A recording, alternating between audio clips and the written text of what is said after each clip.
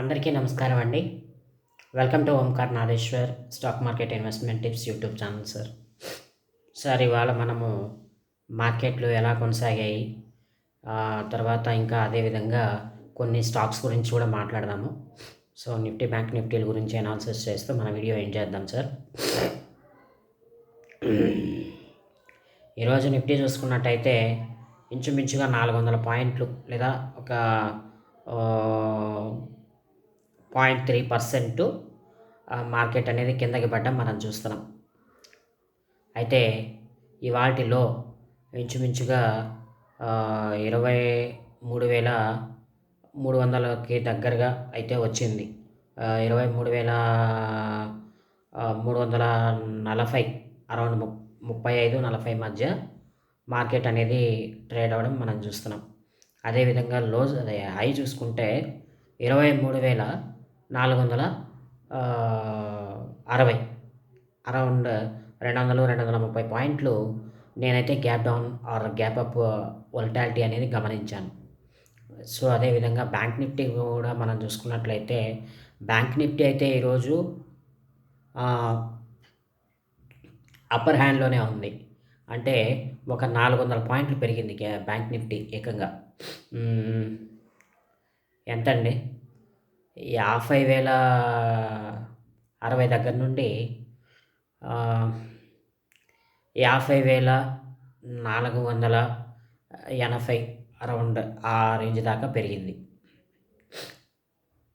ఈ 60,000-70,000 తీసేస్తే అప్రాక్సిమేట్గా ఒక 400 పాయింట్లు అయితే మార్కెట్లు పెరగడం మనం చూస్తున్నాం బ్యాంక్ నిఫ్టీలో.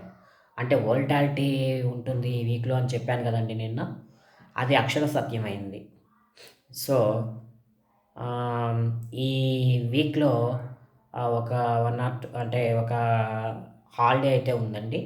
మహారాష్ట్ర ఎలక్షన్స్ ఉండడం వల్ల హాలిడే అనేది ఉంది. అందుకని ఆ రోజున మార్కెట్స్ కాస్త హాలిడే తీసుకున్నప్పటికీ తర్వాత ఈ ఎలక్షన్స్ కౌంటింగ్స్ కావచ్చు, ఎక్సెట్రా సిచ్యువేషన్స్ వాటి మీద ప్రభావం చూపించే అవకాశం అయితే ఉంది.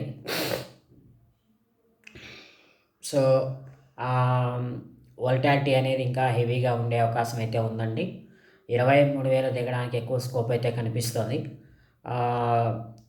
అంత కనిపించినప్పటికీ అయితే అదేవిధంగా బ్యాంక్ నిఫ్టీ అనేది చూడాలి. ఒకవేళ 50,000 కనుక దిగకపోతే అప్పుడు ఇది 49,000కి రావడానికి ఈ వీక్ కాస్త టైం తీసుకోవచ్చు. బహుశా ఈ వీక్ రాకపోవచ్చు. ఇన్ కేస్ ఒకవేళ 50,000 కనుక దిగినట్లయితే మార్కెట్ అనేది కిందకి పడే అవకాశం ఉందండి బ్యాంక్ నిఫ్టీలో కూడాను. అయితే ఈరోజు బ్యాంక్ నిఫ్టీలో బయ్యర్స్ది అప్పర్ హ్యాండ్ ఉందని, ఈ వీక్ అంతా అలాగే ఉంటుందనుకుంటే అది కల సార్. 50,000 మీద కనుక 1 or 2 days సస్టైన్ అవ్వగలిగితే అప్పుడు కావాలంటే మనం ఏదైనా మాట్లాడుకోవచ్చు. అదేవిధంగా మార్కెట్లు ఈ వారం అంతా కూడా కాస్త గ్యాప్ అప్ ఆర్ గ్యాప్ డౌన్లో కన్సాలిడేట్ అవుతూనే ఉంటాయి. ఎందుకంటే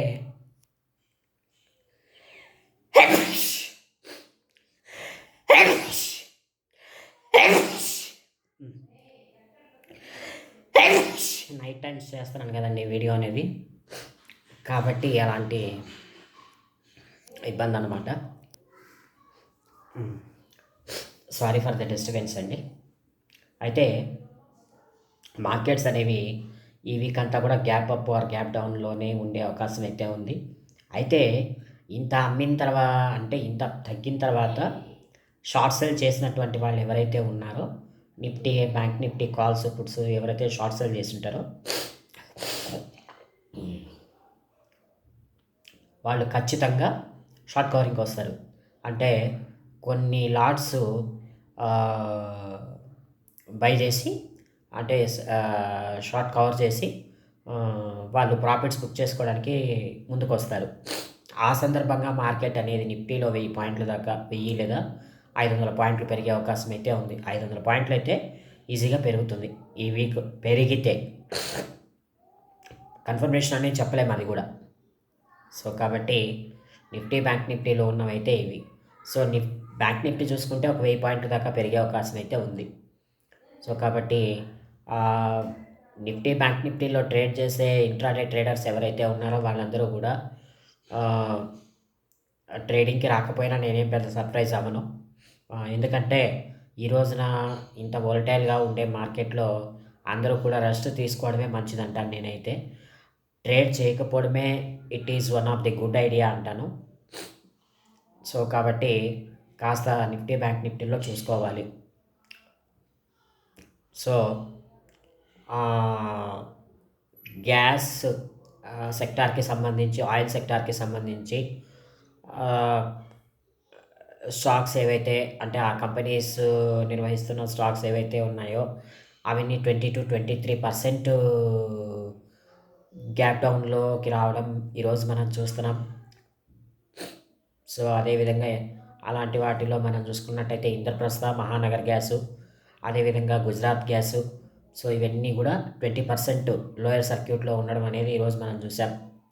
మెటల్ సెక్టార్ మనం చూసుకున్నట్టయితే మెటల్ సెక్టార్లో ఈ రోజున కాస్త ర్యాలీ వచ్చింది, స్మాల్ ర్యాలీ అనేది వచ్చిందని నేను ఎక్స్పెక్ట్ చేస్తున్నాను. ఎందుకంటే కొద్దిగా ఇన్ని రోజుల దాకా కింద పడుతూ ఉన్నటువంటి స్టాక్స్ అన్నీ కూడా మెటల్ సెక్టార్కి సంబంధించినవి 2-3%, 3-4%, 5% అట్లా పెరగడం అనేది మనం చూస్తున్నాం. సో కాబట్టి ఆ సెక్టార్ వైజ్ స్టాక్ స్పెసిఫిక్ ఎవరైతే ట్రేడ్ చేస్తున్నారో వాళ్ళైతే కొంతవరకు బాగానే ఉన్నారు. ఆ సెల్ అంటే లాంగ్ టర్మ్లో ఉంచుకోవాలనుకునే వాళ్ళకి ఇంద్రప్రస్థ, మహానగరు, గుజరాత్ గ్యాస్ లిమిటెడ్స్ అంటే ఇవి 3 కూడా ఇప్పుడైతే కొంచెం డిస్కౌంట్లో దొరుకుతున్నాయనే చెప్పుకోవచ్చు. సో ఇంకా ఒక 25% కనుక పడగలిగితే అప్పుడు ఖచ్చితంగా మనము ఈ 3 స్టాక్స్ చూస్తాం. అట్లీస్ట్ 10% పడగలగాలి. వెయిట్ చేయండి. ఇన్ కేస్ ఒకవేళ ఇక్కడ నుంచి మెల్లమెల్లగా ఎస్ఐపి మెథడ్లో కనుక స్టాక్స్ బై చేయండి. బై చేస్తే ఆటోమేటిక్గా రేపటి రోజున కాస్త తగ్గినప్పుడు ఇంకా కొంచెం కొనుక్కోవడానికి ట్రై చేయండి. సో అలా కొనుక్కోవడం ట్రై చేస్తే అలా కొనుక్కోవడం మొదలు పెడితే రాబోయే రోజుల్లో మీకు వెల్త్ క్రియేట్ అవుతుంది. ఎందుకంటే న్యూస్ అనేది ఎప్పుడూ ఒకేలా ఉండదు. ఈరోజు 20% కట్ చేస్తాము గ్యాస్ మన ఇండియాకని రష్యా ఎప్పుడైతే చెప్పారో, రష్యా ఇన్ కేసు గ్యాస్ అధికంగా ఉత్పత్తి చేసే దేశాలు ఎప్పుడైతే చెప్పాయో అప్పుడు ఆటోమేటిక్గా గ్యాస్ సెక్టార్కి సంబంధించిన స్టాక్స్ అన్ని కింద పడ్డం మనం చూసాం. అదేవిధంగా రేపటి రోజున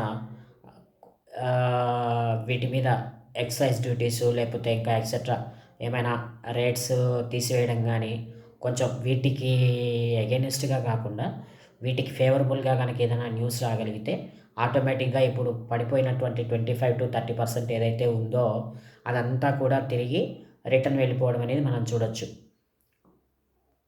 సో ఒక 1 ఇయర్ టైం ఫ్రేమ్ కనుక మనం తీసుకున్నట్టయితే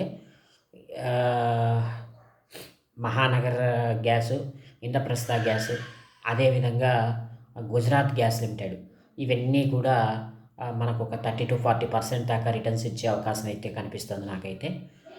సో కాబట్టి ఇవన్నీ కూడా మనము ఇప్పుడు కొనుక్కోవడానికి అనువైనటువంటి స్టాక్స్ అని నేను అంటాను. సో ఇదే కాకుండా ఈ రోజున ఐటీ సెక్టార్ అనేది కూడా కాస్త కింద పడ్డం మనం చూస్తున్నాం. ఐటీ సెక్టార్లో ఏదైనా మంచిగా ఒక 20-30% కరెక్షన్స్ ఉన్నటువంటి స్టాక్స్ ఏవైనా ఉంటే అవి కూడా ఇప్పుడు కొనుక్కోవచ్చు. మనము కొనుక్కొని అట్టే పెట్టుకుంటే ఒక 1 or 2 ఇయర్స్ టైం ఫ్రేమ్లో ఇది ఒక 50% పెరిగే అవకాశం అయితే ఉంది. సో కాబట్టి ఇవన్నీ కూడా దృష్టిలో పెట్టుకొని మనము మార్కెట్లో మూవ్ అవుతూ ఉండాలి.